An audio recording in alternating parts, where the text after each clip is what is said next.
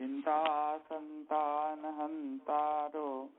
यत्पादाम्बुजरेण वः यानां तान् निजाचार्यान् प्रणमामि मुहुर्मुहुः यदनुग्रहतो जन्तु सर्वदुःखातिगो भवेत् तमहं सर्वदा वन्दे श्रीमद्वल्लभनन्दनम् अज्ञानतिमिरान्धस्य ज्ञानाञ्जनशलाकया चक्षुरुन्मीलितं येन तस्मै श्रीगुरवे नमः।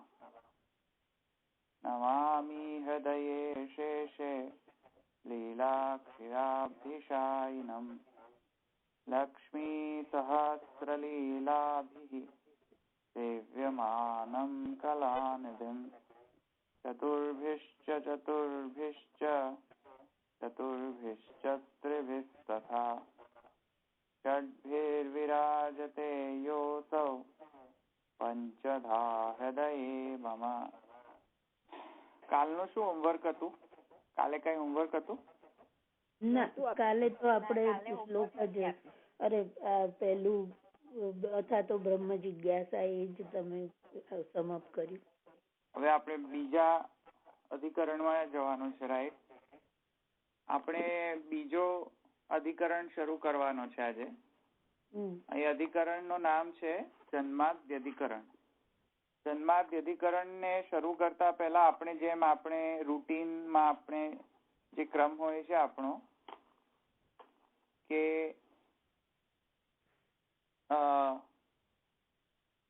અધિકરણાર્થ જે છે આપણે એ પહેલા સમજી લઈશું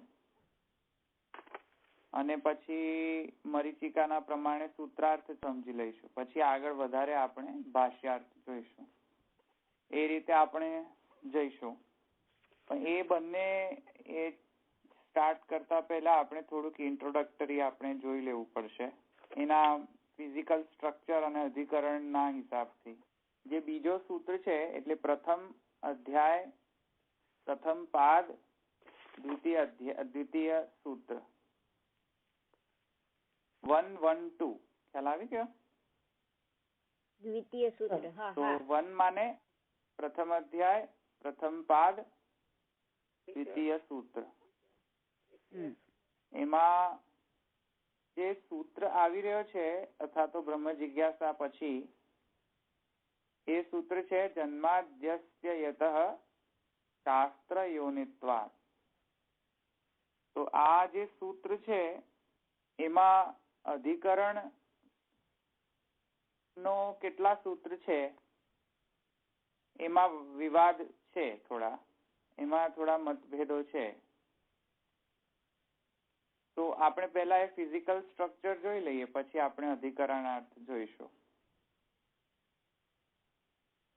ફિઝિકલી અધિકરણ જન્માદ્યધિકરણ કેટલા સૂત્રોનો છે એમાં થોડા મતભેદો છે. મેં તમને પહેલા સમજાવ્યું હતું ને, અધિકરણ મતલબ કે ઘણા બધા સૂત્રો હોઈ શકે છે એક અધિકરણમાં, અને બધા સૂત્રોને એકઠા કરવાનો કેવી રીતે પ્રયાસ કરતા હોય છે ભાષ્યકારો. તો મેં તમને કહ્યું હતું વિષયો વિષયશ્ચૈવ પૂર્વ પક્ષ તથા ઉત્તરમ સંગતિશ્ચિતિ શાસ્ત્રે અધિકરણમ. એ પ્રમાણે એ લોકો કરતા હોય છે જે ભાષ્યકારો હોય છે તે.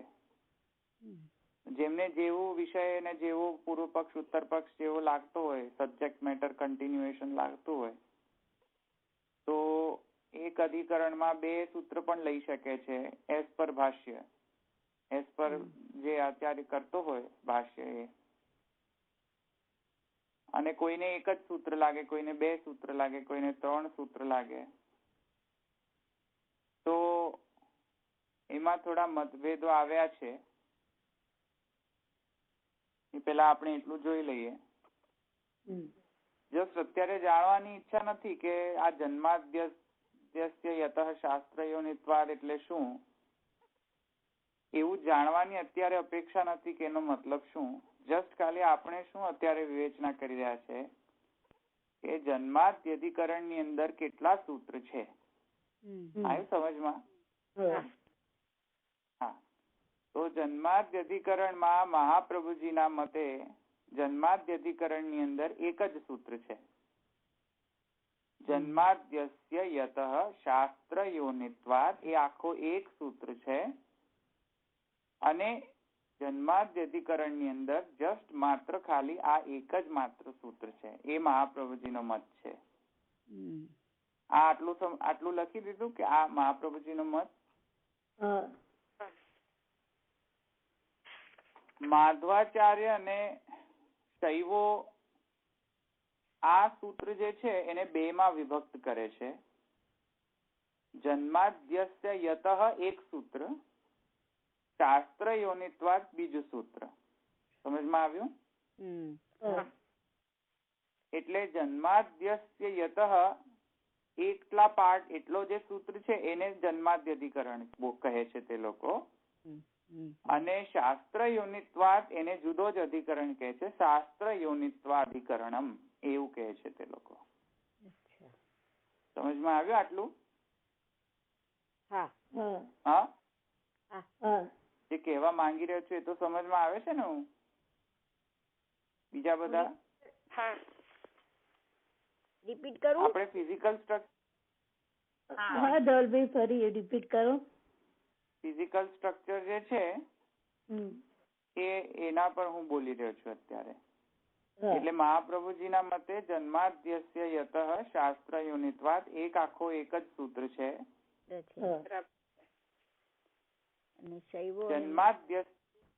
જન્માદ્યધિકરણ ની અંદર એક જ સૂત્ર છે, જન્માદ્યસ્ય યતઃ શાસ્ત્ર યોનિત્વાદ, આ એક જ સૂત્ર છે.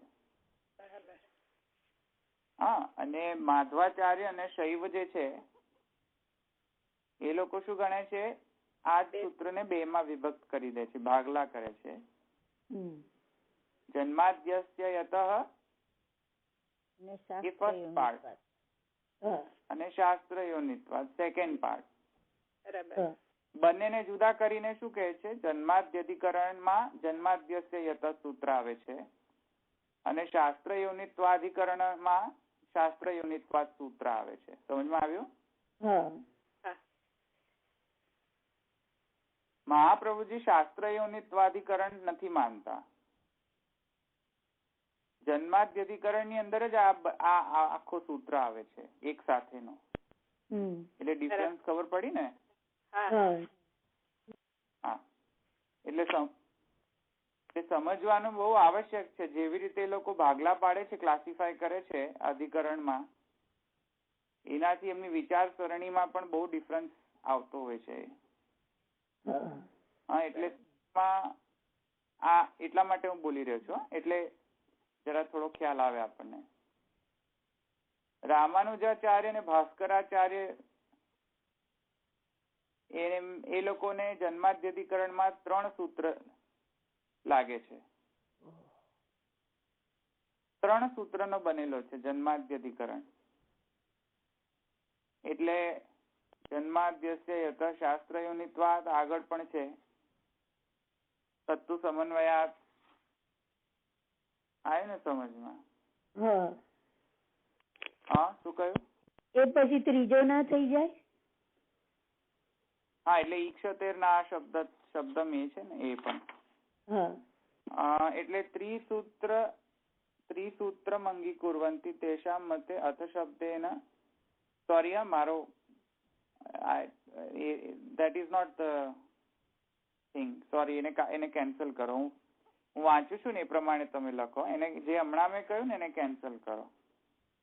રામાનુજાચાર્ય ભાસ્કરાચાર્યાશ્ચ જન્માદ્યધિકરણમ ત્રિસૂત્રમ અંગીકુર્વન્તિ તેષામ મતે અથ શબ્દેન ધર્મ વિચારાનંતર્યસ્ય બ્રહ્મ જિજ્ઞાસાયામ બોધનાत् બ્રહ્મણો વેદાંત વેદ્યો तिष्ठति तथा अपि यथ शब्दस्य अनेकार्थत्वेन अनन्तर्यस्य अपि अनेकविधत्वेन च उपपादन सापेक्षत्वात् समन्वय सूत्र निर्देशा संगतिरिति च अत एक सूत्र पक्ष एव श्रेयान्.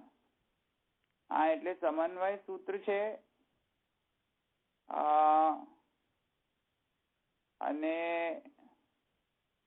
આ જે અથાતો બ્રહ્મ જિજ્ઞાસા છે તે અને જન્માદ્યસ્ય યતઃ શાસ્ત્રયોનિત્વાત એમ 3 સૂત્ર ને એક જન્માદ્યધિકરણમાં કરતા એવું લાગે છે મને. આમાં થોડો પ્રશ્ન ચિહ્ન છે, જરા એને કન્ફર્મ કરવા માટે નેક્સ્ટ ટાઈમ કન્ફર્મ કરીને તમને કહીશ. પણ રામાનુજાચાર્ય અને ભાસ્કરાચાર્ય એવું લાગે છે કે આગળનો જે અથાતો બ્રહ્મ જિજ્ઞાસા છે તે આ જન્માદ્યસ્ય યતઃ શાસ્ત્રયોનિત્વાત તે અને નેક્સ્ટ જે છે સમન્વય તત્વ સમન્વયા ત્રણેયને એક કરીને જન્માદ્યધિકરણ કહી રહ્યા છે, મને એવું લાગે છે. આને પ્રશ્ન ચિહ્ન બાજુમાં રાખો જસ્ટ કન્ફર્મ કરવા માટે. શંકરાચાર્યજીના મતમાં 10 સૂત્ર છે. શંકરાચાર્યજીના મતમાં જન્માદ્યધિકરણ કેટલા સૂત્રનો છે? 10 સૂત્ર મળીને જન્માદ્યધિકરણ થઈ રહ્યો છે શંકરાચાર્યજીના મુજબ. એટલે એ પણ 2 સૂત્ર ગણી રહ્યા છે. જન્માદ્યસ્ય યતઃ એક સૂત્ર, શાસ્ત્ર યોનિત્વાદ બીજું સૂત્ર, એમ ગણી રહ્યા છે શંકરાચાર્યજી. એમ 2 સૂત્ર અને પછી નેક્સ્ટ 6 સૂત્ર, સોરી 8 સૂત્ર એમ. તો એ રીતે એમનું પણ 10 સૂત્ર વાળો એક જ અધિકરણમાં એમને કન્સિડર કર્યા છે, જન્માદ્યધિકરણ. ઓકે, સમજમાં આવ્યો આટલું? માધવ અને શૈવ જે છે તે લોકો શું કહે છે? જન્માદ્યધિકરણમાં એક સૂત્ર છે જન્માદ્યસ્ય યતઃ. શાસ્ત્ર યોનિત્વાધિકરણની અંદર એક સૂત્ર છે શાસ્ત્ર યોનિત્વાદ. મહાપ્રભુજી આ બધાને કેન્સલ કરીને મહાપ્રભુજી એમ કહે છે કે આ એક જ સૂત્ર છે જન્માદ્યધિકરણ. જન્માદ્યસ્ય યતઃ શાસ્ત્ર યોનિત્વાદ આ એક જ સૂત્ર છે એમાં, અને અધિકરણ જન્માદ્યધિકરણ એક જ સૂત્રનો બનેલો છે. આટલું સમજમાં આવી ગયું? રામાનુજાચાર્ય અને ભાસ્કરાચાર્ય 3 સૂત્રના બનાવેલા છે, એ નહીં અમને કરવાનું? હા, 3 સૂત્ર બનેલા છે. એમાં મેં તમને કહ્યું ને પ્રશ્ન ચિહ્ન કરો, એમાં આગળનો જે અથાત જિજ્ઞાસા છે જન્માદ્યસ્ય યતઃ શાસ્ત્રયોનિત્વાત એક સૂત્ર અને બીજો સૂત્ર તત્વ સમન્વયાત, એમ 3 સૂત્રનો જન્માદ્યધિકરણ બનેલો છે એવું વિચારે છે તેઓ, રામાનુજાચાર્ય અને ભાસ્કરાચાર્ય. બરાબર. એમાં બાજુમાં પ્રશ્ન ચિહ્ન રાખી દો, કારણ કે મને જરા એમાં ડાઉટ લાગી રહ્યો છે કે તત્વ સમન્વયા છે કે ની અંદર. એમ તો લખેલું છે સમન્વય સૂત્રસ્થ સાધ્ય નિર્દેશ અસંગતિ રીતિ છે, એટલે તત્વ સમન્વયા થશે જ. પણ I have not studied Ramanuja Bhashya, એટલે શ્રી ભાષ્ય મેં સ્ટડી નથી કરેલ. આઈ કેનોટ ટેલ યુ, પણ આઈ વિલ કન્ફર્મ ઇટ. પણ એવું લાગી રહ્યું છે કૃષ્ણચંદ્રજીના હિસાબથી હમણાં લખ્યું છે એ પ્રમાણે એવું લાગી રહ્યું છે. તો જન્માદ્યસ્ય યતઃ શાસ્ત્ર યોનિત્વાદ એક જ સૂત્ર છે, એટલું ધ્યાનમાં રાખો મહાપ્રભુજીના હિસાબથી. એટલે જોઈ રહ્યા છો ને બધા આચાર્યમાં તો અધિકરણમાં પણ મતભેદો છે, એ જોઈ રહ્યા છો ને તમે. કોઈ કહે છે કે આ એક સૂત્ર નથી 2 સૂત્ર છે, કોઈ કહે છે નહીં આ એક જ આખો સૂત્ર છે. એમાં પણ મતભેદો છે, એ જોવા મળે છે આપણને. હવે એમાં બહુ સિરિયસ બધા કન્સિક્વન્સીસ રહેલા છે.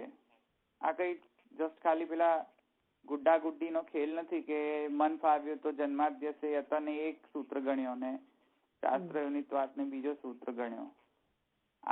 આ કઈ મનની ફિતુરના કારણે નથી થઈ રહ્યું.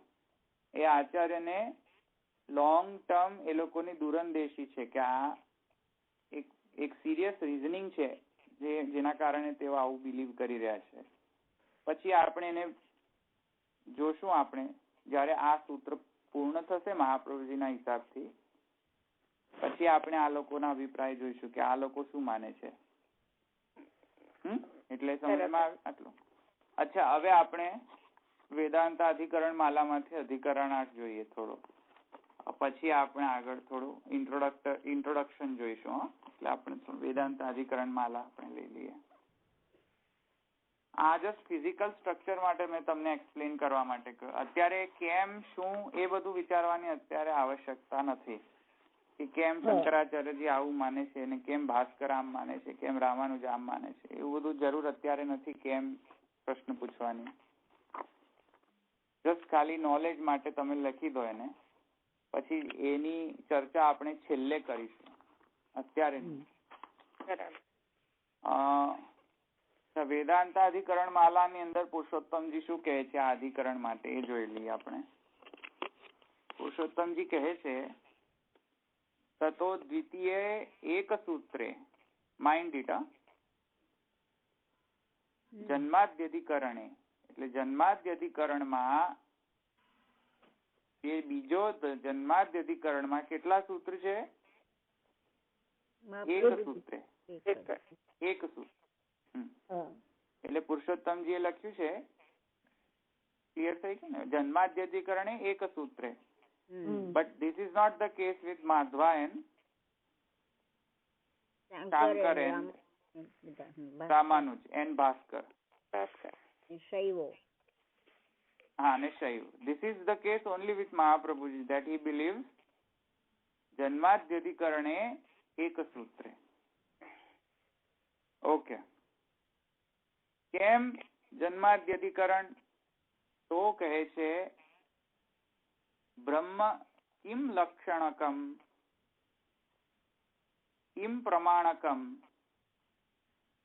ચ ઇતિ આકાંક્ષાયામ જગદ ઉત્પત્તિ સ્થિતિ કારણ બ્રહ્મેતિ સૂત્ર અંશેન લક્ષિતમ તતો અંશાંતરેણ વેદ રૂપ શાસ્ત્ર પ્રમાણક બ્રહ્મેત્યુક્તમ તેન કર્તૃરૂપ નિમિત્તતયા સિદ્ધ્યતિ.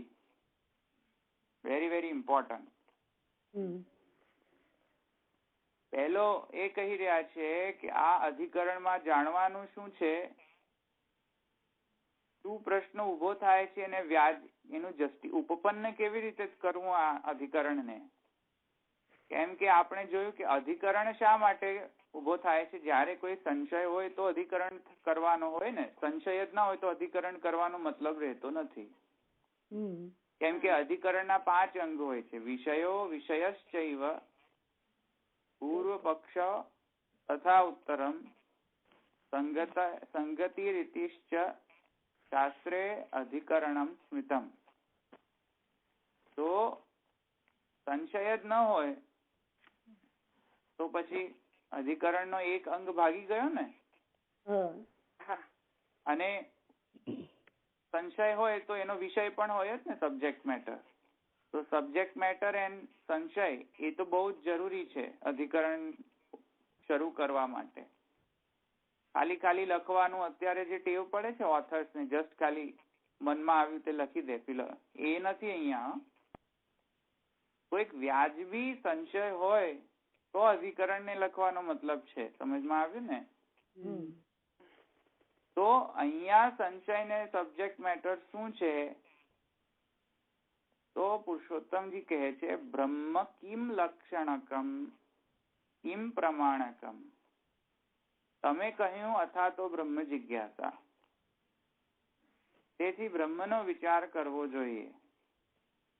જો બ્રહ્મનો વિચાર નિત્ય કર્મ હોય તો પછી બીજો પ્રશ્ન ઉત્પન્ન થશે કે બ્રહ્મનો લક્ષણ શું અને એ બ્રહ્મને સમજવામાં શું પ્રમાણ છે? એ તો જરૂરી હશે ને. કારણ કે તમે જયારે એમ કહો છો બ્રહ્મ જિજ્ઞાસા, તો બીજો પ્રશ્ન એ થશે કે ભાઈ બ્રહ્મ એટલે શું? એ તો થશે ને હવે ક્વેશ્ચન. તો સબ્જેક્ટ મેટર શું થયું? વિષય થયો બ્રહ્મ. સંશય શું થયો? કિમ લક્ષણકમ કિમ પ્રમાણકમ. આ બે સંશય થયા ને. લક્ષણ શું અને પ્રમાણ શું? તો લખો, સંશયમાં બ્રહ્મનું લક્ષણ શું અને તે લક્ષણને બ્રહ્મને સમજવામાં શું પ્રમાણ છે? હા, તો બ્રહ્મ કિમ લક્ષણકમ કિમ પ્રમાણકમ. હવે કહી રહ્યા છે ચ ઇતિ આકાંક્ષાયામ. આ આકાંક્ષા થતા જ આ સૂત્ર વર્ણન કરવામાં આવ્યું છે. કે કિમ લક્ષણકમ નો જવાબ જન્માદ્યસ્ય યતઃ થી આપ્યો અને કિમ પ્રમાણકમ નો જવાબ શાસ્ત્ર યોનિત્વાદ થી જવાબ આપ્યો.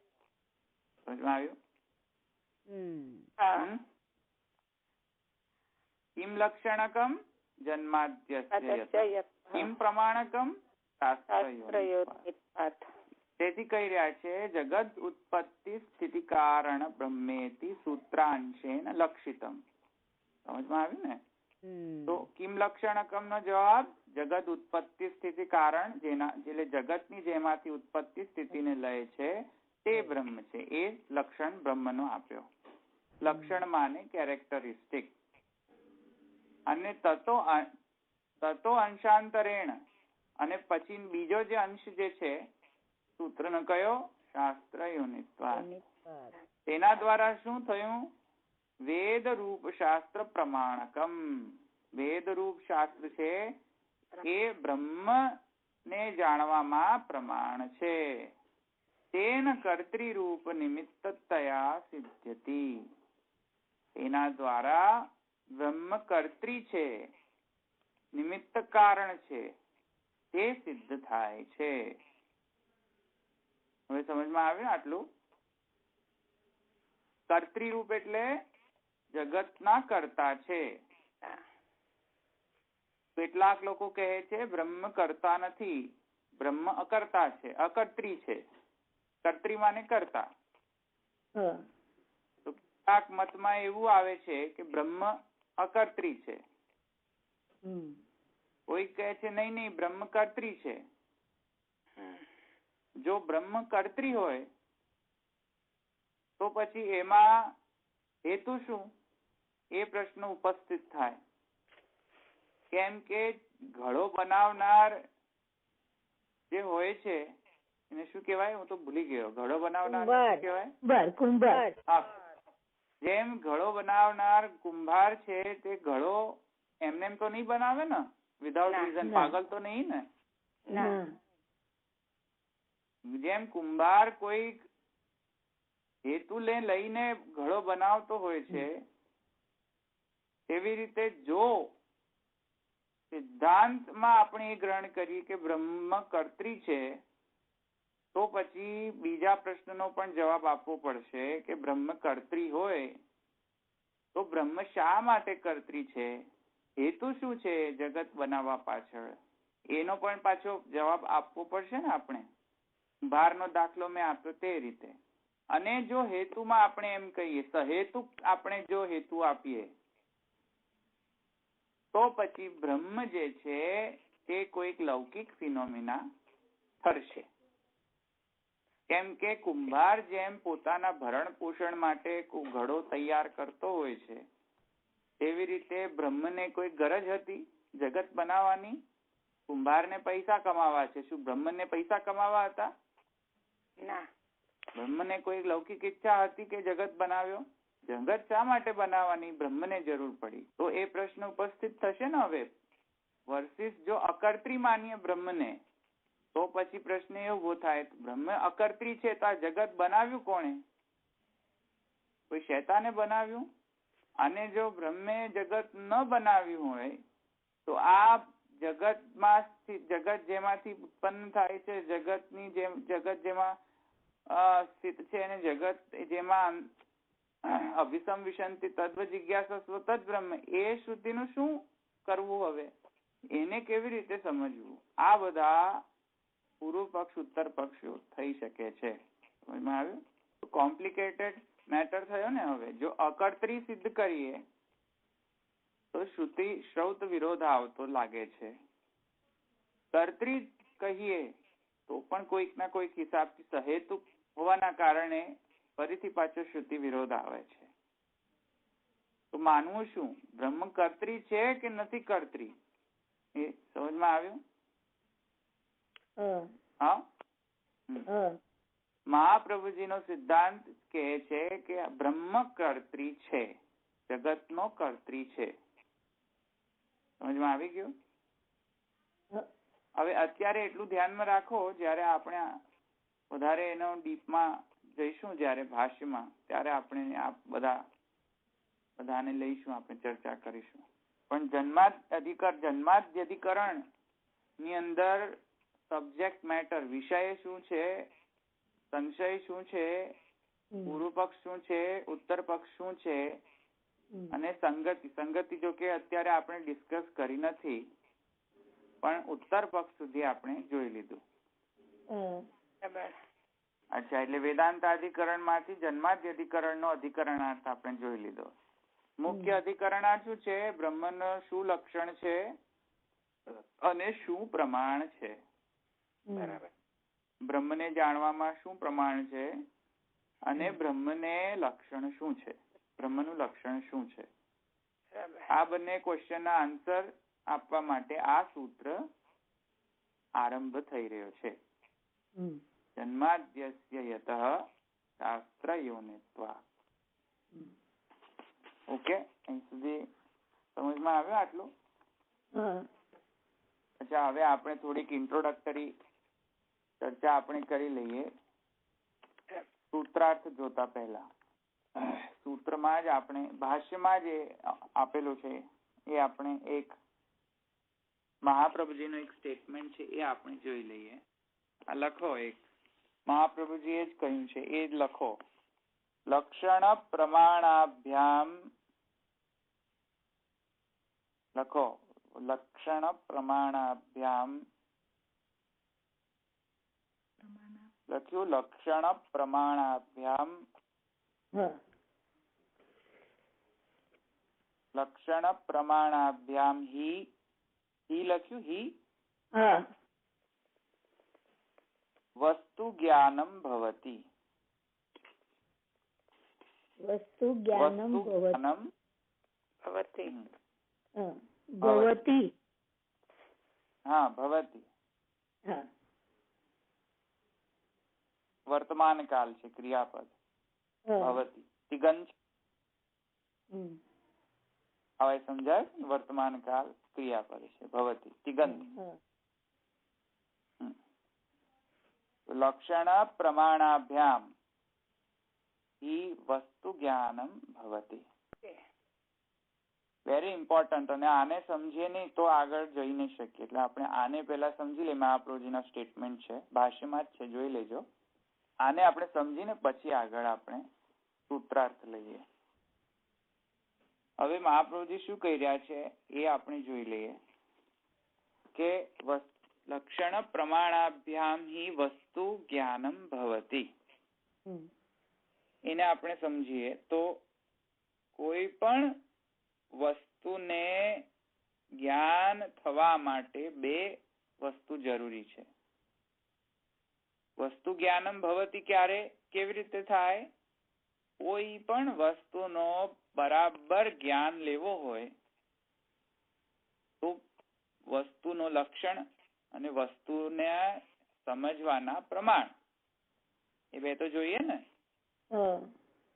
એ બે હશે તો વસ્તુને સિદ્ધ કરી શકશો, નહીં તો વસ્તુને સિદ્ધ નહીં કરી શકીએ આપણે. તો લક્ષણ પ્રમાણાભ્યામ વસ્તુ જ્ઞાનમ ભવતિ અથવા વસ્તુ સિદ્ધિ ભવતિ.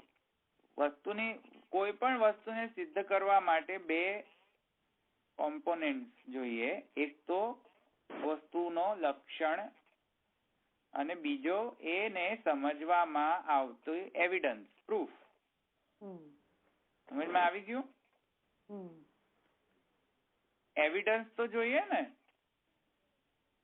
પ્રૂફ તો જોઈએ ને. જેમ કેસ ચાલતો હોય તો તમને એવિડન્સ તો જોઈએ ને, પ્રમાણ તો જોઈએ ને કોઈ પ્રકારનો. બે કોમ્પોનેન્ટ વેરી ઇમ્પોર્ટન્ટ. કોઈ પણ વસ્તુને સિદ્ધ કરવી હોય કે આ ટેબલ છે, કે આ ટીવી છે, કે આ ધવલભાઈ છે કે પારુલબેન છે, તો એને સિદ્ધ કરવા માટે લક્ષણ આપવું પડશે અને પ્રૂફ આપવું પડશે. બે વસ્તુ આપીએ તો જ તો ખબર પડે ને કે આને ટેબલ કહેવાય, આને ગાય કહેવાય, આને પારુલબેન કહેવાય, કે આને ધવલભાઈ કહેવાય. કઈક તો લક્ષણ તો આપો ને, ડેફિનેશન તો આપો, વ્યાખ્યા તો આપો ને એની. પર કેવી રીતે પડે કે ગાય છે ને કૂતરો છે? વસ્તુ જ્ઞાનમ કેવી રીતે થાય કે કૂતરો જ છે અને ગાય જ છે કેવી રીતે ખબર પડે? જ્યાં સુધી ગાયનો લક્ષણ આપો નહીં કે ભાઈ આવી શેપ વાળી હોય, 2 શીંગડા હોય, ધોળી કે કાળી કે સફેદ હોય, 4 પગ હોય, લાંબુ પૂંછડું હોય, આવ્યું ને? આવા બધા લક્ષણ આપો, ડેફિનેશન આપો તો ખબર પડે કે ગાય છે ને કૂતરું નથી. અચ્છા, પણ પછી એવી જ અન્ડરસ્ટેન્ડિંગ બીજા કેળવે એના માટે પ્રમાણ પણ જોઈશે ને કે ભાઈ ગાયનો પિક્ચર પ્રમાણ હોઈ શકે, ગાયને પ્રત્યક્ષ જોઈ લે તો પણ પ્રમાણ હોઈ શકે, ગાયનો અનુમાનથી પણ પ્રમાણ હોઈ શકે. તો કઈક પ્રમાણ તો જોઈશે ને. તો 2 વસ્તુ કોઈ પણ વસ્તુને સિદ્ધ કરવા માટે જોઈએ, લક્ષણ અને પ્રમાણ. એ રીતે બ્રહ્મને સમજવું હોય તો પહેલા બ્રહ્મનો શું જોઈએ? લક્ષણ. અને બ્રહ્મને પ્રૂવ કરવા માટે પ્રમાણ. બ્રહ્મને સમજવા માટે પ્રમાણ પણ જોઈશે ને.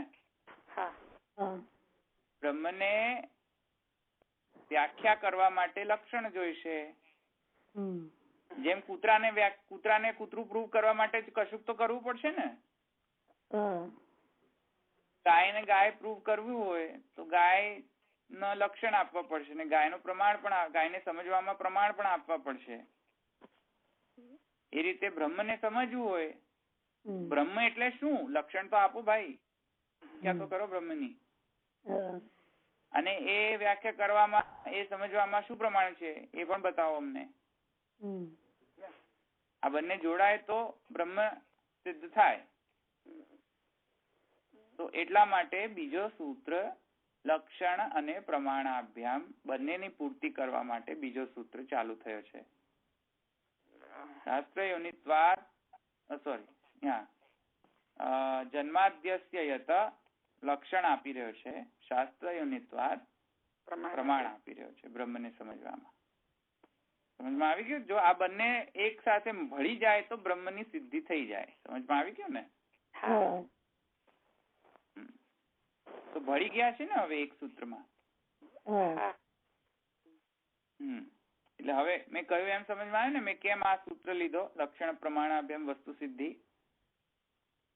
એ એટલા માટે લીધો. હવે સમજમાં આવ્યું ને? કૂતરાને કૂતરો પ્રૂવ કર્યો હોય, ગાયને ગાય પ્રૂવ કર્યો, ભેંસને ભેંસ પ્રૂવ કરવી હોય, એ રીતે બ્રહ્મને બ્રહ્મ પ્રૂવ કરવો હોય તો ક્યાંક તો કઈક તો ડેફિનેશન જોઈશે ને. એવી રીતે હવે જેવી રીતે એક જ સૂત્ર ગણે છે.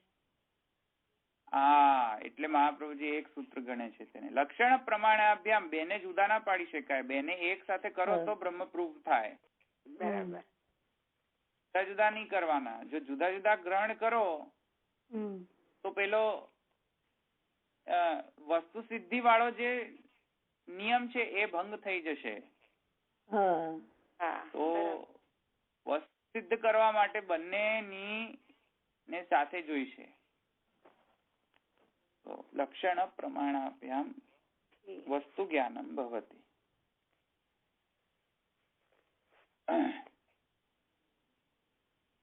હવે લક્ષણ વિશે આપણે થોડુંક ચર્ચા કરીએ અને પછી પ્રમાણ વિશે થોડી ચર્ચા કરીએ. તો લક્ષણ જે છે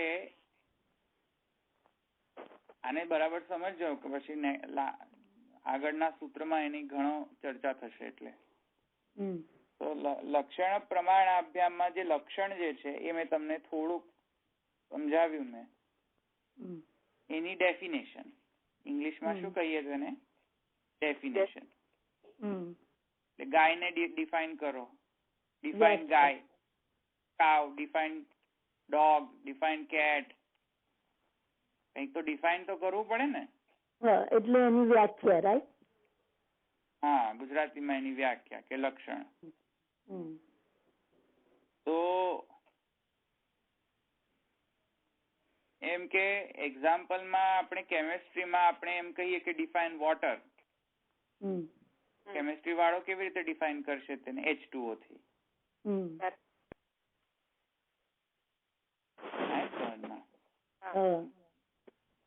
એનો ડેફિનેશન થઈ ને કેમેસ્ટ્રી ના હિસાબ, કેમિકલ કોમ્પોનેન્ટ્સ ના હિસાબથી water is equal to H2O. લક્ષણ થયું ને આ હાઇડ્રોજન ઓક્સાઇડ, એ લક્ષણ થયો ને વોટર નો. એ રીતે.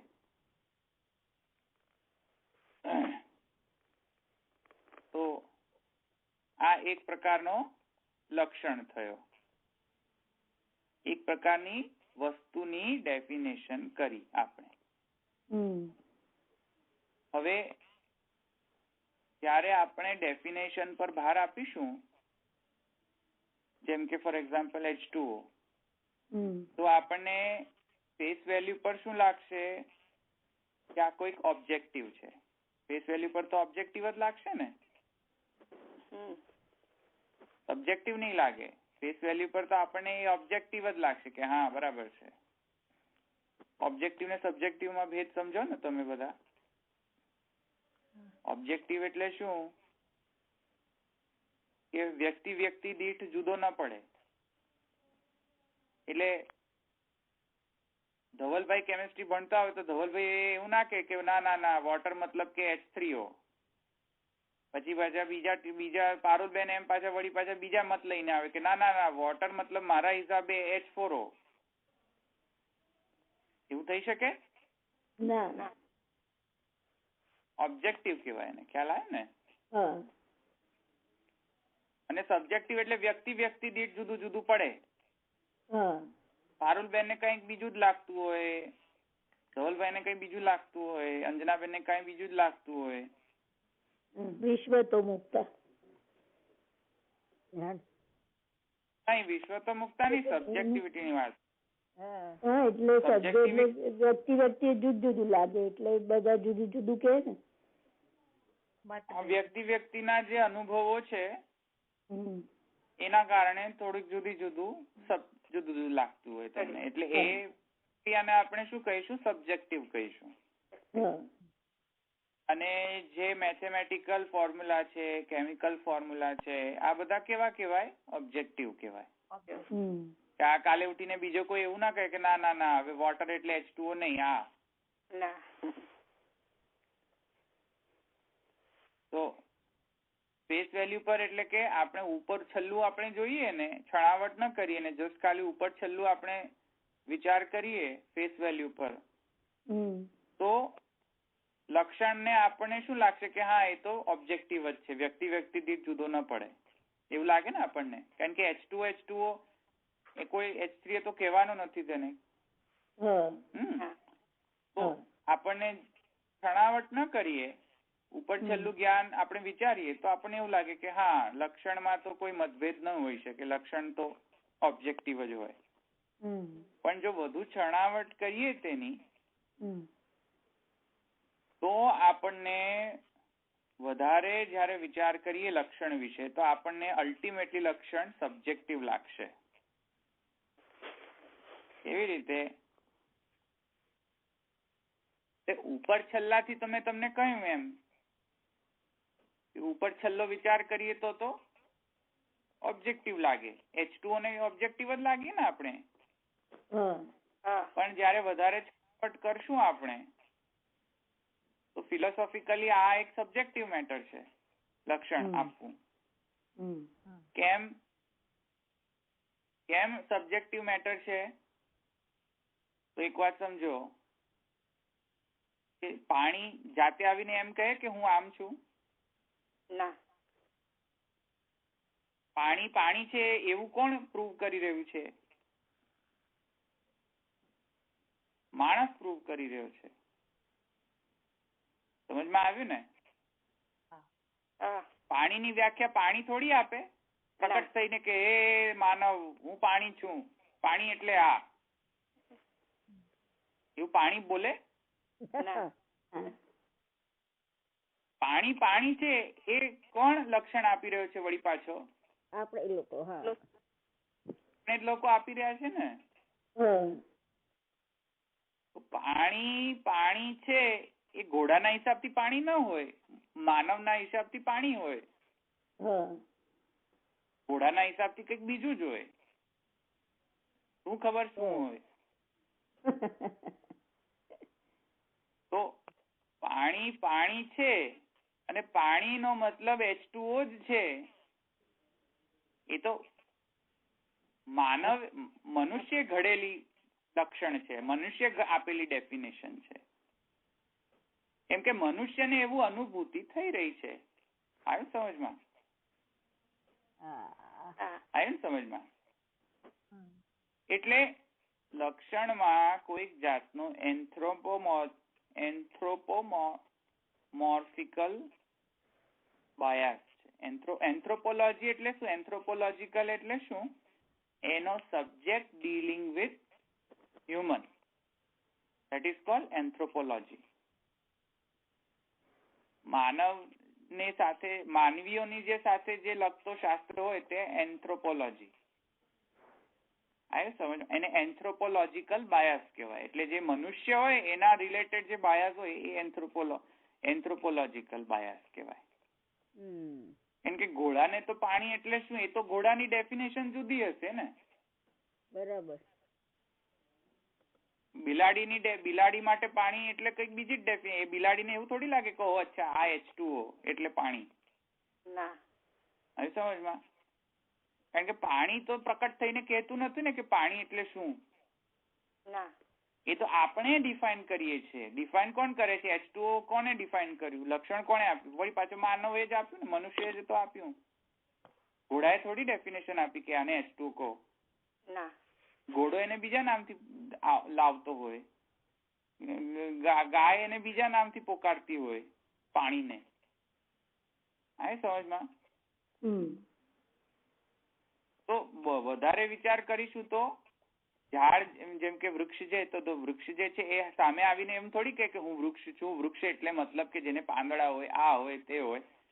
ભાઈ વૃક્ષ થોડી તમારે એની ડેફિનેશન જાતે આપે છે. એ તો આપણે વૃક્ષની ડેફિનેશન આપીએ છીએ. સમજમાં આવ્યું ને?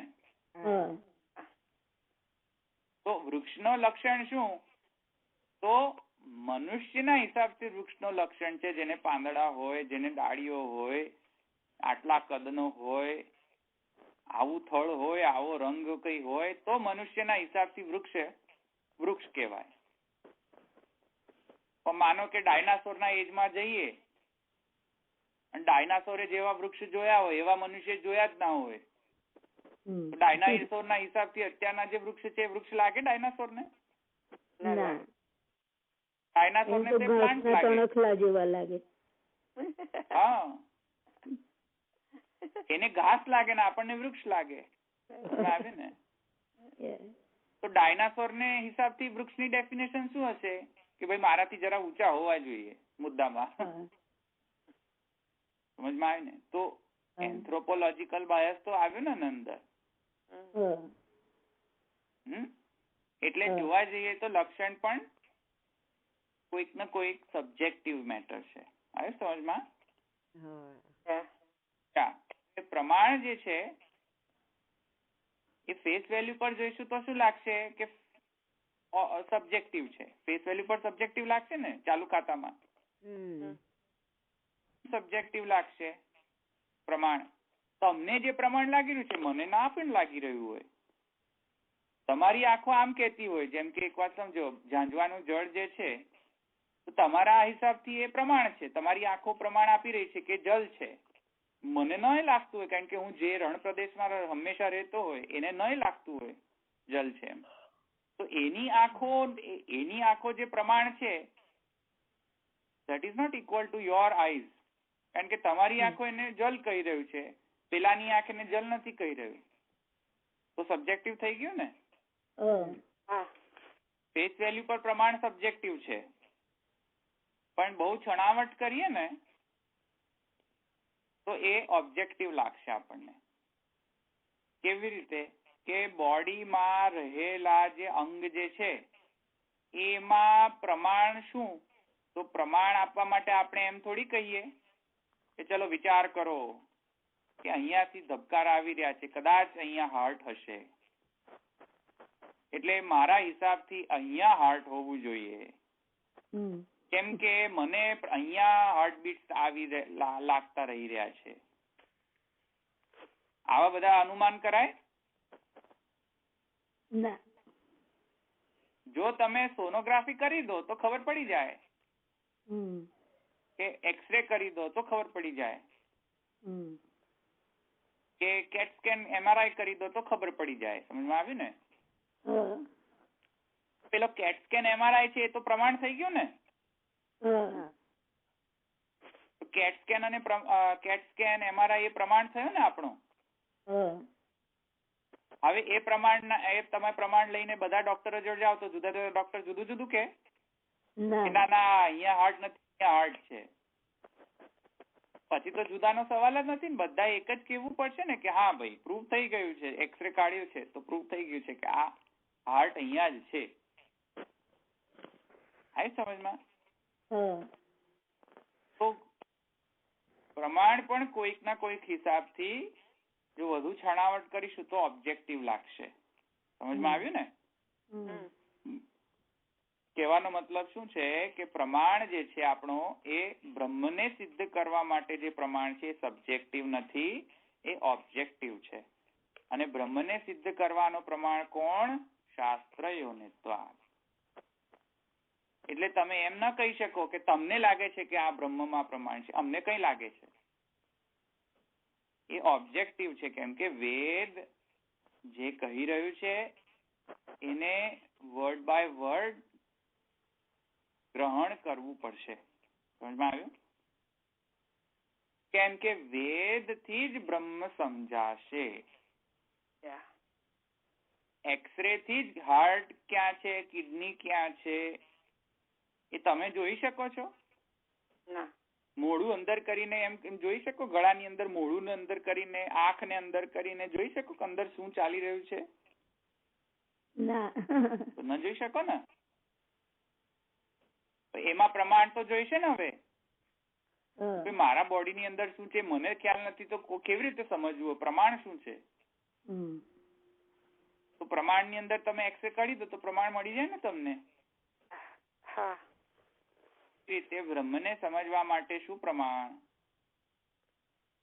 કોઈ મનની ફિતુર નહીં કે મને લાગી રહ્યું છે કે બ્રહ્મ આવો છે, પારુલબેન ને કંઈક બીજું જ લાગતું હોય કે બ્રહ્મ આવો છે, અંજનાબેન ને કંઈક ત્રીજું જ લાગતું હોય કે બ્રહ્મ આવો છે. અરે આ મનની ફિતુરની વાત નથી. પ્રમાણમાં બ્રહ્મનો પ્રમાણ એક જ માત્ર છે. કોણ? વેદ. શાસ્ત્ર યોનિત્વા. શાસ્ત્ર પ્રમાણ છે બ્રહ્મને સમજવા માટે. સમજમાં આવ્યું ને? તમે તમારા અંગ નથી જોઈ શકતા તો તમે બ્રહ્મને કેવી રીતે તમારા નરી આંખોથી જોઈ શકશો? ના. સમજમાં? તમને કોના પર રિલાય કરવો પડશે? જેમ તમારા શરીરના અંગને એનાલિસિસ કરવું હોય તો તમે તમારી આંખનો ઉપયોગ નથી કરી શકતા પ્રમાણ તરીકે, તેવી રીતે તમને કોનો જરૂર પડે છે પ્રમાણ તરીકે? એક્સરે કે કેટ સ્કેન નો. એવી રીતે વેદ એક્સરે ને કેટ સ્કેન છે બ્રહ્મ જાણવા માટે. સમજમાં આવ્યું? એટલે વેદના થકી આપણે આપણી આંખો ઉપયોગ કરીશું. સમજમાં આવ્યું? એક વાર સમજો, આંધળા થઈને કેટ સ્કેન પણ ઉપયોગી રહેશે? ના. નહીં ઉપયોગી રહે ને. એવી રીતે વેદને બ્રહ્મને સમજવાનો મૂળ પ્રમાણ વેદ. વેદ જે કહે છે તેને સમજવા માટે શું યુઝ કરીશું? બુદ્ધિ, લોજિક. સમજમાં આવ્યું ને? Not at the cost of Ved, but to understand and clear our doubts, whatever it is written in Ved, to clearly, without any doubt, to understand it, we have to make use of our intellect. સમજમાં આવ્યું ને? તો જેવી રીતે cat scan ને સમજવા ને જોવા માટે વળી પાછી આપણી બુદ્ધિ ને આંખનો ઉપયોગ તો કરવો પડશે ને. એવી રીતે વેદ ને પણ સમજવો તો પડશે ને.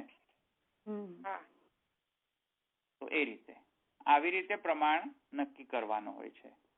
તો તેથી શાસ્ત્ર યોનિત્વાદ પ્રમાણ છે અને જન્માદ્યસ્ય યત એ લક્ષણ. આ સમજમાં?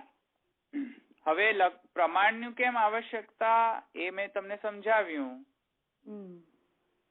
પ્રમાણ કેમ જરૂરી છે? એવિડન્સ તો જોઈએ ને. તમને જે લાગી રહ્યું છે, તમને જે દેખાઈ રહ્યું છે, એ સાચું છે કે ખોટું છે, એનો પ્રૂફ શું? એનો પ્રૂફ તો પ્રમાણથી જ મળશે ને.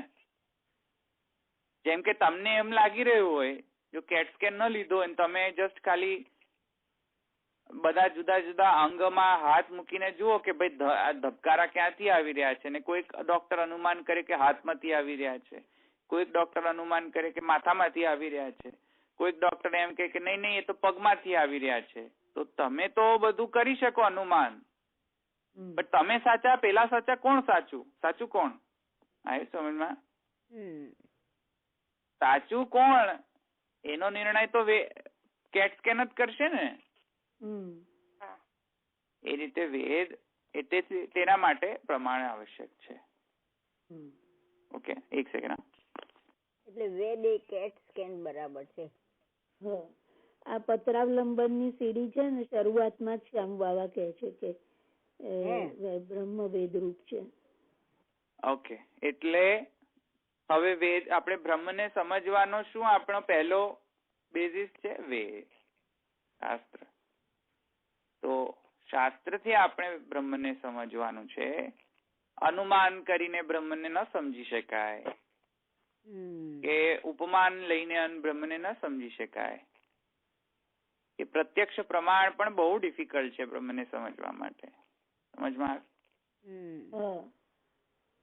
વેદ પ્રમાણ છે બ્રહ્મને સમજવા માટે, એમ સૂત્રકાર કહી રહ્યો છે.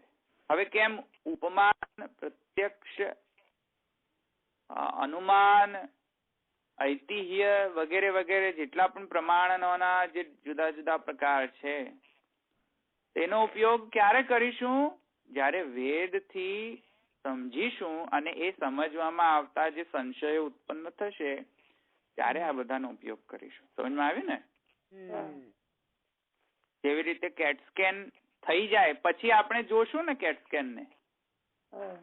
કેટ સ્કેન પહેલા જ અનુમાન કરવા બેસી જઈએ તો ચાલે?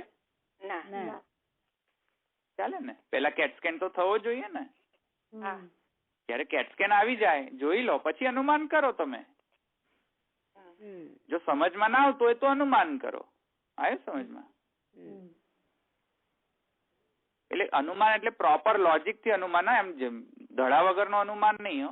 અનુમાન મતલબ કે ગમે તે કરો એવું નહીં. અનુમાનનો મેં તમને ન્યાયના મુજબ મેં તમને લોજિકલ રીઝનિંગ કેવી રીતે કરવું એ મેં તમને પહેલા કહ્યું હતું. અન્વય, વ્યતિરેકાભ્યામ, વ્યાપ્તિ વગેરે બધું જોઈને, જેનાથી 3 દોષના અતિવ્યાપ્તિ, અવ્યાપ્તિ અને અસંભાવના, આ દોષ વગરના જે લોજિક હોય તેવી રીતે અનુમાન કરવું જોઈએ. તો પછી ધુમાડો છે એટલે અગ્નિ હશે એટલે ધુમાડો છે. એટલે એવી રીતે આ 3 દોષ ના આવે તેવી રીતે અનુમાન કરવું જોઈએ. તો એવી રીતે કેટ સ્કેન જોઈને તમને ક્યાંય પણ કોઈ સંશય થતો હોય તો તમે અનુમાન એમને ધડા વગરનો અનુમાન નહીં કરી શકો. ન્યાયના જે રૂલ્સ છે તે પ્રમાણે અનુમાન કરવું જોઈએ. એવી રીતે વેદને સમજવા, બ્રહ્મને સમજવા માટે વેદ પ્રમાણ છે. એ પ્રમાણમાં આવતા, સમજવામાં આવતા જે સંશયો છે, ડાઉટ છે, તે તમે પ્રત્યક્ષ કે ઉપમાન કે અનુમાન કે ઐતિહ્ય વગેરેથી તમે એનું નિરાકરણ કરી શકો છો. કેમ કે વેદ, એક વાત સમજો, વેદ પ્રમાણ છે તો જોવું નહીં, વેદને વાંચવો તો પડશે ને. વાંચશો કેવી રીતે? પ્રત્યક્ષ પ્રમાણ. પ્રત્યક્ષ પ્રમાણ તો આવ્યો ને વળી પાછો. ઘણા લોકો એમ જ કે છે કે મહાપ્રભુજી શબ્દ એવ પ્રમાણ, આ શબ્દ એવ પ્રમાણ બરાબર છે, પણ કઈ હિસાબથી શબ્દ એવ પ્રમાણ? એટલે આખો યુઝ નહીં કરવાની, શબ્દને વાંચવા તો પડે ને. પ્રત્યક્ષ પ્રમાણ તો યુઝ કરવો પડે ને. એટલે પ્રત્યક્ષ, અનુમાન, ઉપમાન આદિ જે પ્રમાણો છે તે વેદના ને આવતા સંશયો છે એને સમજવા માટે છે, સિદ્ધાંત સ્થાપન માટે નથી. સમજમાં આવી ગયું ને? જે મેં તમને કેટ સ્કેન નો દાખલો આપ્યો ને કે હાર્ટ ક્યાં છે એનો સિદ્ધાંતનું સ્થાપન કોણ કરશે? કેટ સ્કેન કરશે, તમારા અનુમાન નહીં કરે. એ રીતે વેદથી બ્રહ્મનો સિદ્ધાંત સ્થાપિત થશે. એ સિદ્ધાંતને સમજવામાં તમારી બુદ્ધિ સક્ષમ ના હોય તો લોજિક યુઝ કરો. સમજમાં આવ્યું? સમજમાં એ રીતે કેટ સ્કેન નો દાખલો લેશો ને તો તમને સમજમાં આવી જાય, ઈઝી રહેશે તમને. ઓકે, સો લક્ષણ પ્રમાણાભ્યામ આપણે સમજી ગયા. હવે લક્ષણના મેં તમને લક્ષણ એક આપ્યો તો H2O, રાઈટ? વોટરનો. તો H2O જે છે વોટરને ઘણી બધી પ્રકારથી ડિફાઇન કરી શકાય. કેવી રીતે કે વોટરની એક ડેફિનેશન એ પણ થાય કે જે ઠંડક પ્રદાન કરે, જે વહેતું હોય, જે એકદમ ક્લિયર કલર વાળું હોય. આવી સમજમાં? એવી પણ ડેફિનેશન આપી શકાશે ને?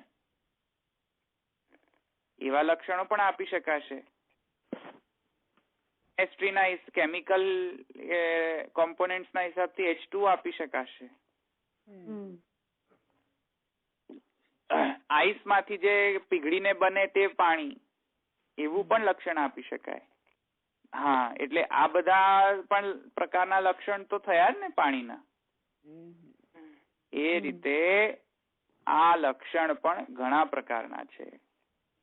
તો લખો 4 મુખ્ય પ્રકાર છે લક્ષણના. કારણ લક્ષણ, લખો કારણ લક્ષણ, કાર્ય લક્ષણ, પ્રયોજન લક્ષણ અને છેલ્લે સ્વરૂપ લક્ષણ.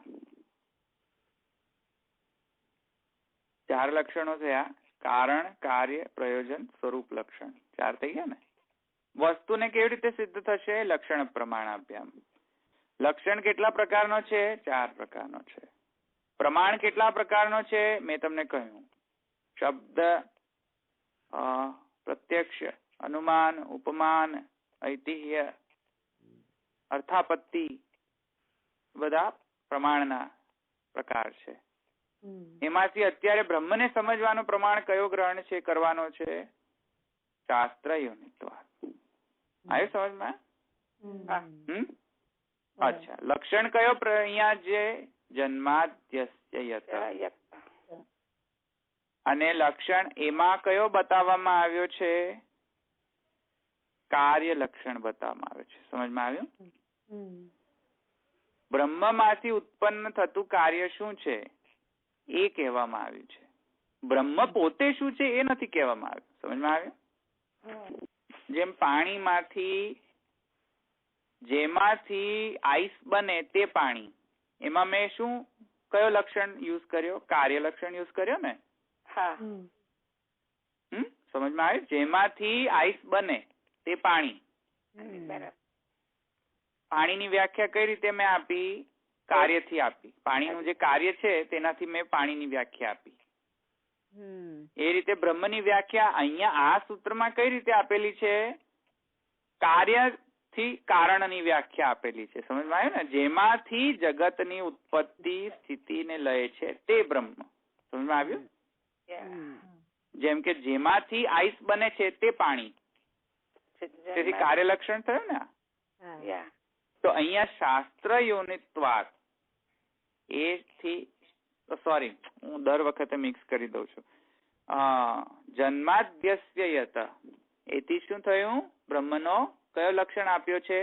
કાર્ય લક્ષણ આપ્યો. સ્વરૂપ લક્ષણ એટલે શું?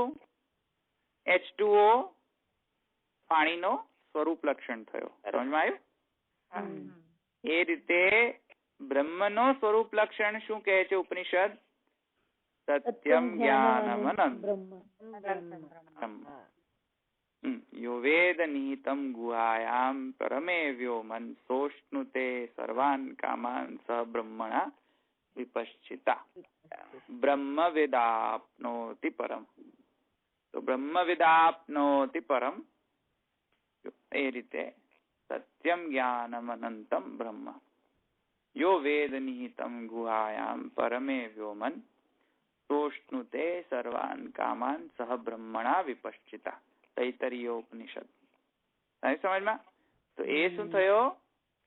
સ્વરૂપ લક્ષણ થયો H2O ની માફક. પેલો કાર્ય લક્ષણ છે. અહીંયા જે કહ્યું છે શાસ્ત્ર યોનિત. સ્વરૂપ લક્ષણ માં આપણે સચ્ચિદાનંદ એવું બી કહી શકીશું ને? આ તો ખરી સત્યમ જ્ઞાનમ અનંતમ છે સચ્ચિદાનંદ. સચ્ચિદાનંદ એ સ્વરૂપ લક્ષણ છે બ્રહ્મનો. સમજમાં આવી ગયા? આ બે અત્યારે લક્ષણો સમજો, પછી બીજા બધાની તો બહુ વિવેચના આવશ્યકતા નથી. કારણ લક્ષણ અને પ્રયોજન લક્ષણ એ તો સેલ્ફ એક્સપ્લેનેટરી છે, એમાં બહુ વધારે જવાની જરૂર નથી. અત્યારે આ બે લક્ષણ ધ્યાનમાં રાખો. હવે બધો મુદ્દો આટલું બેકગ્રાઉન્ડ મળી ગયું ને?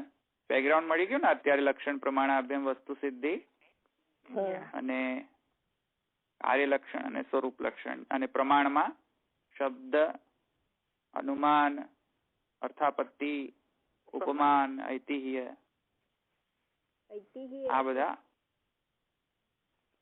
આ બધા પ્રમાણો છે. હિસ્ટ્રી એટલે ઇતિહાસ ને લગતું. હિસ્ટ્રી હા, ઐતિહ્ય એટલે હિસ્ટ્રી થઈ ગયું. એટલે અહીંયા પ્રમાણ, આ બધા પ્રમાણોમાંથી કયો પ્રમાણ ગ્રહણ કરવાનો છે બ્રહ્મને સમજવા માટે? કાર્ય લક્ષણ અને સ્વરૂપ લક્ષણ. પ્રમાણ લક્ષણની વાત નથી કરી રહ્યો. પ્રમાણ શું છે બ્રહ્મને સમજવા માટે? શાસ્ત્ર યોનિત્વાત. હા, શાસ્ત્ર પ્રમાણ છે, શાસ્ત્ર પ્રૂફ છે બ્રહ્મનો. તેનાથી આપણે સમજીશું બ્રહ્મને.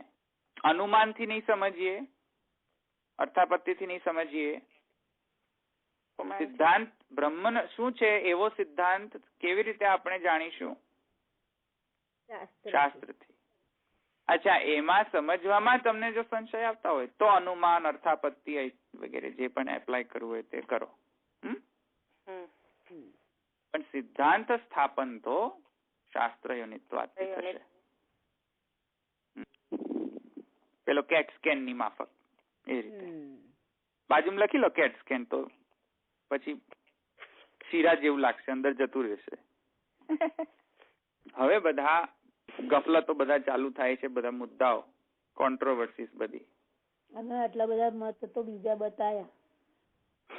હવે બધી ગફલતો એ બધી ચાલુ થાય છે. પૂર્વ પક્ષીઓ બધા સાંખ્યવાદી આવશે, પરમાણુ આવશે, માયાવાદ આવશે. હા, તો એ બધામાંથી અમુક પૂર્વ પક્ષીઓ એમ કહે છે કે જો તમને બ્રહ્મના લક્ષણ જાણવા જ હોય તો કાર્ય લક્ષણ થી થોડી શરૂ કરાય. પહેલા તો સ્વરૂપ લક્ષણ અપાય. સમજમાં આવે છે? જેમ પાણી શું, તો પહેલા આપણે એમ કહીએ કે જેમાંથી આઈસ બને તે પાણી? ના, પહેલા તો આપણે એમ જ કહીએ ને કે H2O એટલે પાણી, એવું કહીએ ને આપણે પહેલા. પહેલેથી જ કાર્ય લક્ષણ કહેવાનું શું જરૂર? પહેલા સ્વરૂપ લક્ષણ કેવું જોઈતું હતું. તો આ સૂત્રમાં સત્યમ જ્ઞાનમ અનંતમ બ્રહ્મ આવતું જોઈતું હતું, તો જન્માદ્યસ્ય યત કેમ મૂક્યું સૂત્રકારે? આવું સમજમાં આવ્યું? અચ્છા, પછી બીજો પૂર્વ પક્ષ પણ એ આવી શકે છે કે શાસ્ત્ર યોનિત્વાત, તો એમાં શાસ્ત્રસ્ય યોનિ કે શાસ્ત્રે યોનિ, કયો સમાસ ગ્રહણ કરવો? એટલે શાસ્ત્રસ્ય યોનિ એટલે શું? શાસ્ત્રની યોનિ. તત્પુરુષ થાય ને, ષષ્ઠી તત્પુરુષ, ષષ્ઠી વિભક્તિ. શાસ્ત્રસ્ય યોનિ ઇતિ શાસ્ત્ર યોનિ થયું ને? તો શાસ્ત્રની યોનિ ગણવું કે શાસ્ત્ર માં યોનિ એમ ગણવું? યોનિ એટલે મૂળ ઉત્પત્તિ સ્થાન. સમજમાં આવ્યું? યોનિ એટલે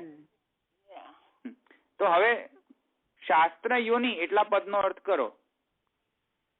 તો શાસ્ત્ર યોનિ માને સમાસ એને જોઈએ તો શાસ્ત્રસ્ય યોનિ પણ થાય સમાસ, અને શાસ્ત્રીય યોનિ પણ થાય. શાસ્ત્રીય એટલે શાસ્ત્રમાં યોનિ, અને શાસ્ત્રની યોની. ફરક પડ્યો ને?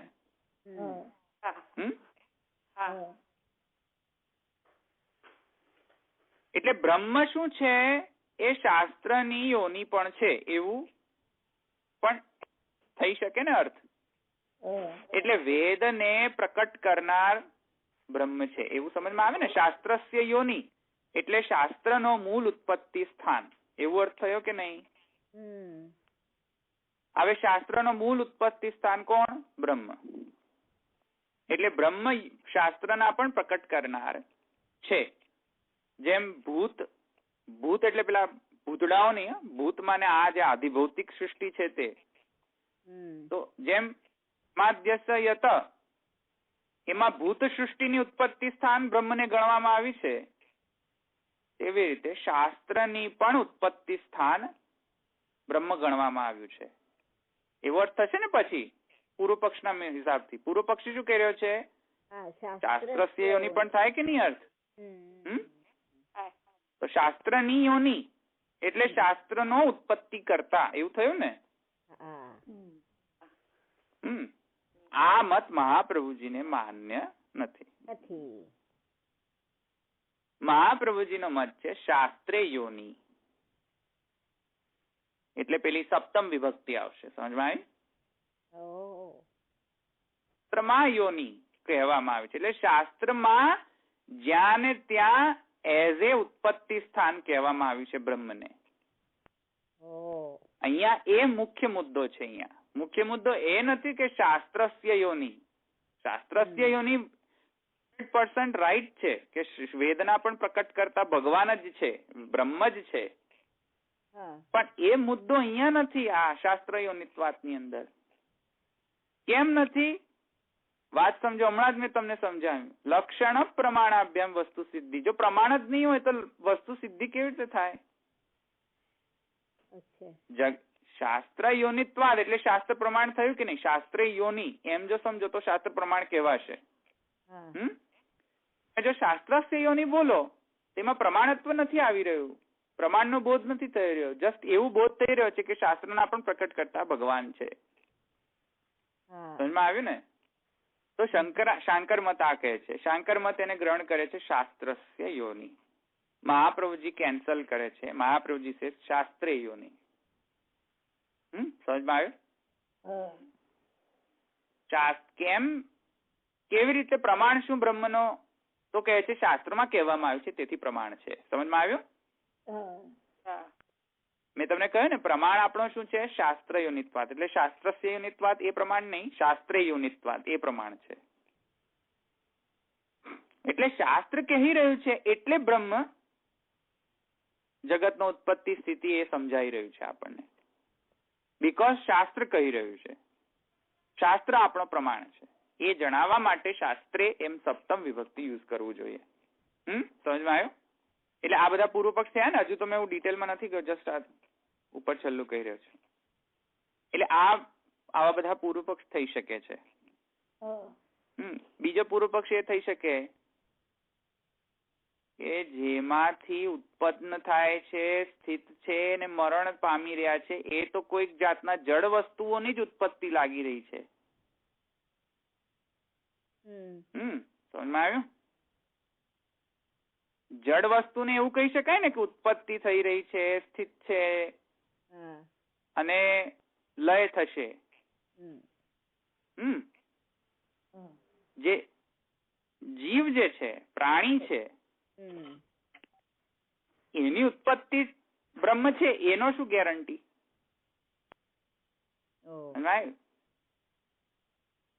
તો પૂર્વ પક્ષ એ પણ થઈ શકે ને. જે જડ છે એના માટે તો આપણને એવું સમજમાં આવી શકે કે હા જન્માદ્યસ્ય શાસ્ત્ર યોનિત્વાદ. જન્માદ્યસ્ય જન્માદિ એટલે કે જેમાંથી ઉત્પત્તિ સ્થિતિ લય છે તે બ્રહ્મ છે, મતલબ કે જળ. એ જ તો સમજમાં આવી રહ્યું છે. જીવની ઉત્પત્તિ, જીવ એમાંથી ઉત્પન્ન થયા છે અને જીવ એમાં સ્થિત છે અને ચેતન વસ્તુ એમાં લય પામશે એવું ક્યાં અહીંયા જણાઈ રહ્યું છે? સમજમાં આવ્યું ને? એવું તો જણાયું નથી રહ્યું. એઝ ઇફ એવું લાગી રહ્યું છે કે જડ વસ્તુઓ જ ખાલી ઉત્પન્ન થઈ રહી છે, જડ વસ્તુઓ જ.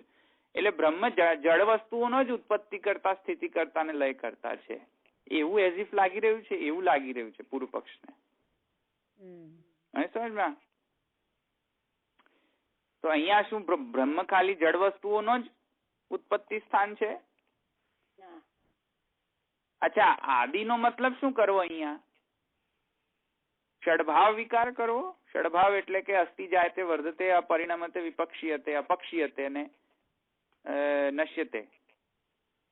ષડભાવ વિકાર છે તો એ તો કોઈક સાંસારિક કોઈક એવા કોઈક સંસારના એવા હોય એમાં ષડભાવ વિકાર હોય. તો બ્રહ્મના માંથી ષડભાવ વિકાર ઉત્પન્ન થયા હોય તો બ્રહ્મ જ સ્વયં જ લૌકિક ઠરે. તો આદિનો મતલબ ગ્રહણ શું કરવો મારે?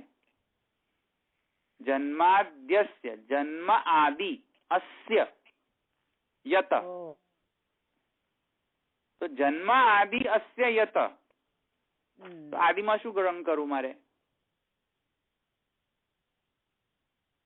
આદિ એટલે શું પણ પ્રશ્ન થશે ને. અસ્ય, અસ્ય એટલે કોણ? જળ, જીવ. શું અસ્ય એટલે શું? આવ્યું સમજમાં? અસ્ય એટલે આનું. તત્પુરુષ થાય ને, ષષ્ઠી તત્પુરુષ. અસ્ય એટલે આનું. આનું જન્મ આદિ જેમાંથી યત તે બ્રહ્મ થયો ને અર્થ એવો. જેમાંથી આનો જન્મ આદિ છે તે બ્રહ્મ. સમજમાં આવ્યું? તો અસ્ય એટલે શું? કોને કહી રહ્યા છે? અસ્ય કોને કહી રહ્યા છે? જીવને કહી રહ્યા છે, ચેતન વસ્તુને કહી રહ્યા છે, અંતર્યામીને કહી રહ્યા છે, જડને કહી રહ્યા છે. અસ્યનો મતલબ શું? આ બધા આવશે ને હવે શું? હવે બધું આ બધા પૂર્વ પક્ષ ને આપણે સમજવું પડશે. તો આ બધા હવે કોન્ટ્રોવર્સીસ બધી ઉભી થઈ રહી છે. એ બધી કોન્ટ્રોવર્સીસ નેક્સ્ટ વીક આપણે વન બાય વન આપણે we will try to answer. અહીંયા સુધી કોઈને પ્રશ્ન છે? જન્માદ્યસ્યમાં જન્મ આદિ ને અસ્ય એવી રીતે સંધિ છૂટી લેવાની એની ધવલભાઈ? જન્માદિ અસ્ય યત એવું લઈશું આપણે. યત એટલે જેમાંથી, અસ્ય એટલે આનું, જન્માદિ એટલે જન્મ આદિ. એ રીતે અર્થ થશે ને. એટલે જેમાંથી આનું જન્મ વગેરે. આદિનો મતલબ શરૂઆત પણ થાય હો, અને આદિનો મતલબ વગેરે પણ થાય. યસ, આદિના પણ ઘણા બધા અર્થ છે. જેમ અધિકારનો અર્થ મેં સમજાવ્યો તો પહેલા એ રીતે. આદિનો મતલબ ખબર પડી? આમાં એક શબ્દનું એ થાય ને. હા, કોન્ટ્રોવર્સી એટલે એમાં થઈ શકે ને. આદિનો મતલબ પહેલું પણ થઈ શકે, આદિનો મતલબ વગેરે પણ થઈ શકે ને. એટલે જ અલગ અલગ અર્થથી અલગ અલગ મતભેદ થાય. હા, એટલે અલગ અલગ મતભેદ થઈ શકે ને. હવે જો ને, તમને સમાસથી જ અર્થભેદ થઈ જાય છે. વ્યાકરણની દ્રષ્ટિએ જ અર્થભેદ ઉભો થાય છે. શાસ્ત્રયોનિત્વાદ મેં હમણાં એક્ઝામ્પલ આપ્યું. શાસ્ત્રસ્યોની કે શાસ્ત્રીયોની? વ્યાકરણના હિસાબથી તો જુદું પડશે ને. શાસ્ત્રસ્ય યોની એ શંકરાચાર્ય જ કહી રહ્યા છે. હા, શાસ્ત્રસ્ય યોની શાંકર મત છે. મહાપ્રભુજીનો મત નથી. મહાપ્રભુજી શાસ્ત્ર યોની ગણી રહ્યા છે. શાસ્ત્રમાં યોની તરીકે વર્ણન છે, તેથી એ પ્રમાણ છે. સમજમાં આવ્યું? એ મહાપ્રભુજીનો સ્ટેન્ડ છે. શાસ્ત્રની યોની ગૌણ છે. That's okay. એ સમજાય છે બધું. એ મુખ્ય હા, પ્રમાણ શું છે એ જણાવવાનો અર્થ છે અહીંયા સૂત્રકારનો. કે કેમ કે શાસ્ત્રમાં કહ્યું છે કે આ યોની છે બ્રહ્મ, તેથી અમે બ્રહ્મને માનીએ છીએ. સમજમાં આવ્યું ને? એટલે અહીંયા પ્રમાણ આપવાનો હેતુ છે, એમ મહાપ્રભુજી કહે છે કે અહીંયા લક્ષણ પ્રમાણ. હમણાં મેં સમજાયું લક્ષણ પ્રમાણાભ્યામ વસ્તુ સિદ્ધિ. તો અહીંયા પ્રમાણ આપવાનો હેતુ છે સૂત્રકારનો. સૂત્રકારનો હેતુ એ નથી કે શાસ્ત્રનો પણ ઉત્પત્તિ બ્રહ્મે કરીએ. ભાઈ બ્રહ્મે કરીએ તો ખબર છે અમને બ્રહ્મે કરી, પણ બ્રહ્મને જાણવા માટે તો શું યુઝ કરશો? તમે એમ જ પ્રૂવ કર્યા કરશો કે બ્રહ્મમાંથી આ થયું, બ્રહ્મમાંથી પેલું થયું, ફલાણું થયું, ઢીકણું થયું, પણ પ્રમાણ શું છે એનો? proof. Where is the proof?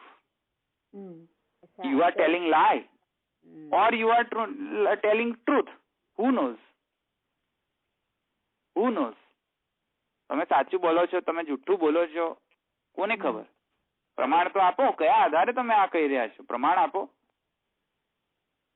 સમજમાં આવે ને? તો પ્રમાણ આપો. પ્રમાણ શું છે? મહાપ્રભુજી કહે છે ધેટ ઇઝ ધ રીઝન કે એમણે શાસ્ત્ર યુનિતવાદ કહ્યું સૂત્રકારે. પ્રમાણ માટે કહ્યું છે, લક્ષણ માટે નથી કહ્યું. એ લક્ષણ માટે ઓલરેડી કહી દીધું જન્માદ્યસે યત શાસ્ત્ર જન્માદ્યસે યત. હવે એને પ્રૂવ કેવી રીતે કરવું? બીકોઝ શાસ્ત્રમાં કહેલું છે તેથી અમે કહીએ છીએ. સમજવાયું? અમારા અનુમાનથી અમે નથી કહ્યું આ જન્માદ્યસે યત. એ તો શાસ્ત્રમાં કહેલું છે, યોની તરીકે વર્ણન છે, તેથી અમે કહી રહ્યા છીએ. સમજાય ને?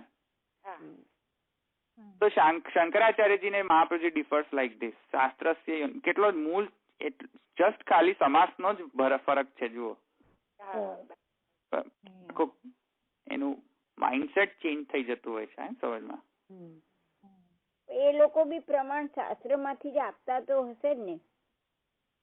શંકરાચાર્યજી મૂળતઃ પ્રમાણ વેદને જ ગણે, વેદમાં જ શબ્દ પ્રમાણ ગણે છે, exactly same as Mahaprabhuji. But his interpretation is like Shankaracharyaji એટલા જ વેદને વરેલા છે જેટલા મહાપ્રભુજી. પ્રમાણની દ્રષ્ટિએ પ્રમાણની દ્રષ્ટિએ બંને સેમ શેર કરી રહ્યા છે કે હા અમે બંને એગ્રી કરી રહ્યા છે પ્રમાણની દ્રષ્ટિથી. તો પણ પ્રમેયના દ્રષ્ટિથી બહુ ડિફરન્સ છે બંનેમાં. સાધનની દ્રષ્ટિથી પણ ડિફરન્સ છે અને ફલના દ્રષ્ટિથી પણ ડિફરન્સ છે. પણ પ્રમાણની દ્રષ્ટિથી દે કન્સિડર કે હા વેદ એ મૂળ પ્રમાણ છે. સમજમાં આવે ને? શંકરાચાર્યજી સેઝ કે નહીં આમાં આ સમાસ હોવો જોઈએ શાસ્ત્રસ્યની, where Mahaprabhuji says no it is શાસ્ત્રીયોની. એટલો હ્યુજ ડિફરન્સ થઈ ગયો ને. પેલામાં માં આવે ને જે શંકરાચાર્ય કે છે એમાં ની આવે. બરાબર? શાસ્ત્રની હા શાસ્ત્રીની યોની છે. તો પણ ફરક કેટલો થઈ ગયો જો ને, બે સમાસની અંદર કેટલો ફરક થઈ ગયો. વિભક્તિ જુદી પડી ગઈ. બે વિભક્તિમાં જુદાપણું કેટલું થઈ ગયું. શાસ્ત્રમાં યોની તરીકે કહ્યું છે તેથી અમે બ્રહ્મ ને સમજવાનો આ પ્રમાણ અમે ગ્રહણ કરીએ છીએ. શંકરાચાર્યજી કહે છે કે નહીં, એ શાસ્ત્રની પણ યોની છે. જેમ રૂપ પ્રપંચની યોની આગળ કહી ગયા ને જન્માદ્યસે યતની અંદર, એટલે આ નામ પ્રપંચની યોની પણ છે એમ શંકર મત કહે છે. રૂપ નામ વિભેદે ને જગત ક્રીડતી યોયત. તો બંનેનો કુલ ઉત્પત્તિ સ્થાન તો કેવો પડે ને? તો શંકરાચાર્યજી શું કહે છે? રૂપ પ્રપંચ પણ એમાંથી જ ઉત્પન્ન થયો છે ને નામ પ્રપંચ પણ એમાંથી ઉત્પન્ન થયું છે. That is okay, which is okay to Mahaprabhuji, but that is gone. That is not the મુખ્ય અર્થ. મુખ્ય અર્થ અહીંયા આ જણાવવાનો છે. મહાપ્રભુજી કહે છે કે શાસ્ત્રીય યોની. જ્યાં ત્યાં ઉપનિષદના શાસ્ત્રમાં જ્યાં ત્યાં એવા સ્ટેટમેન્ટ્સ મળે છે યતો વા ઇમાની ભૂતાની જાયંતિ યે ન જાતાની જીવંતી યત પ્રયંતિ અભિસંવિશંતિ તદ્વ જિજ્ઞાસસ્વ તદ બ્રહ્મ. આય સમજમાં?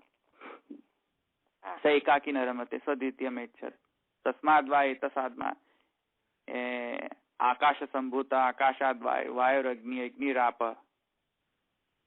આ બધા જે સૃષ્ટિના વાક્યો જે છે એમાં યોની તરીકે કોને વર્ણન કર્યું છે? બ્રહ્મને તો કર્યું છે ને. તો મહાપ્રભુજી કહે છે ભાઈ બીકોઝ કે શાસ્ત્રમાં આટલા બધા મળી રહ્યા છે શ્રુતિઓ કે જેમાં બ્રહ્મને યોની કહ્યું છે, શાસ્ત્રમાં બ્રહ્મને યોની કહેવામાં આવ્યું છે, તેથી કરીને આ શાસ્ત્રીય યોનિત્વાદ એમ સૂત્રકાર કહે છે. હજુ ઘણા બધા છે પ્રોબ્લેમ્સ પૂર્વ પક્ષો, પણ અત્યારે હું એટલા બધા એ બધી અત્યારે છેડતો નથી ડિસ્કશન. પણ હજુ ઘણું બધું મહાપ્રભુજીને કહેવું છે જે બીજાને મતથી એ નથી.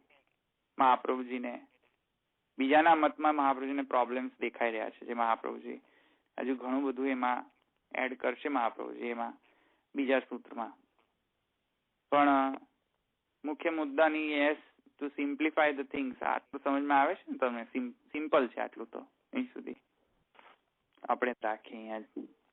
પ્રળયના ચરણના કે ભરોસો, પ્રળયના ચરણના કેરો, શ્રી વલ્લભ નખ ચંદ્ર છટા વિના, તવ જગમાં જય અંધેરો ભરોસો, પ્રળયના ચરણના કેરો, साधन और नहीं या कली में, जासु होय निवेरो, सूर कहा कहे द्विविध आंधरो, बिना मोल को चेरो भरोसो, प्रलयन चरण केरो. वल्लभाधीश की जय. श्री गोसाई जी परम दयाल की जय. श्याम सुंदर श्री अपने महारानी की जय. द्वारिकाधीश की जय. सर्वे वैष्णव. जय श्री कृष्ण. જય શ્રી કૃષ્ણ. જય શ્રી કૃષ્ણ. સર્વે વૈષ્ણવ.